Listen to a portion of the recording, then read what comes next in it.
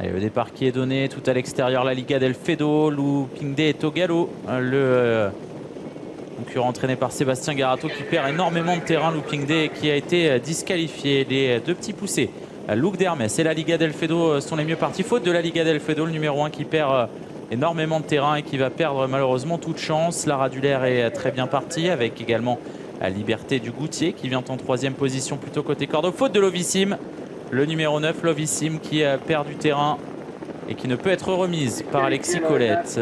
On a perdu pas mal de concurrents déjà en début de parcours. Les numéros 1, 5 et 9. On a pris la poudre d'escampette avec Luc d'Hermès à 1500 mètres de l'arrivée qui précède la favorite Liberté du Goutier qui vient dans son sillage. En 3e position, la Radulaire avec également la Canade Félière qui vient en léger retrait. Lisbonne Dry qui est réenrainé par Paul Ploquin à cet instant et qui vient ensuite devant Layup qui est à l'arrière-garde. Elysia Desagers qui ferme désormais la marche d'un peloton composé de 7 unités désormais. Luc d'Hermès qui a repris le mouvement en tête sur le pied de 14-15. En 2e position, on retrouve Liberté du Goutier qui voyage bien pour le moment. La Radulaire vient en léger retrait avec également la Canade Félière qui patiente, le nez au vent. Lisbonne Dry vient sur un 4e rideau côté corde devant Layup et Elysia Desagers qui est en dernière position.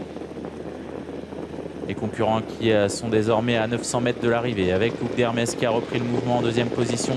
C'est toujours Liberté du Goutier qui va peut-être sortir de la corde avec à son extérieur la Canade Félière qui a un petit peu accusé l'accélération des premiers.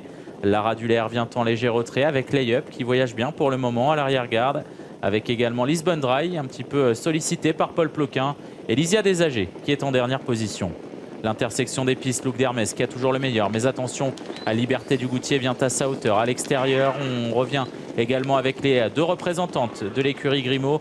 La Canade Félière, Elysia Desagers qui passe à l'offensive. La Radulaire est toujours en léger retrait côté corde, mais elle s'annonce dans le sillage des premières. Ça devient dur pour Luc d'Hermès qui n'a pu que voir passer à Liberté du Goutier qui accélère à la sortie du tournant final. Et Mathieu Mottier qui lui demande d'accélérer à cet instant sans avoir touché une seule ficelle. En 2e position, on retrouve Elysia Desagers et la Canade Félière plus exactement qui vient 2e et Liberté du Goutier a semble-t-il fait la différence. La Canade de Félière qui tente de revenir sur elle avec également Layup qui finit bien en 3e position, mais la victoire va revenir à Liberté du Goutier dès sa rentrée qui va s'imposer. La Canade Félière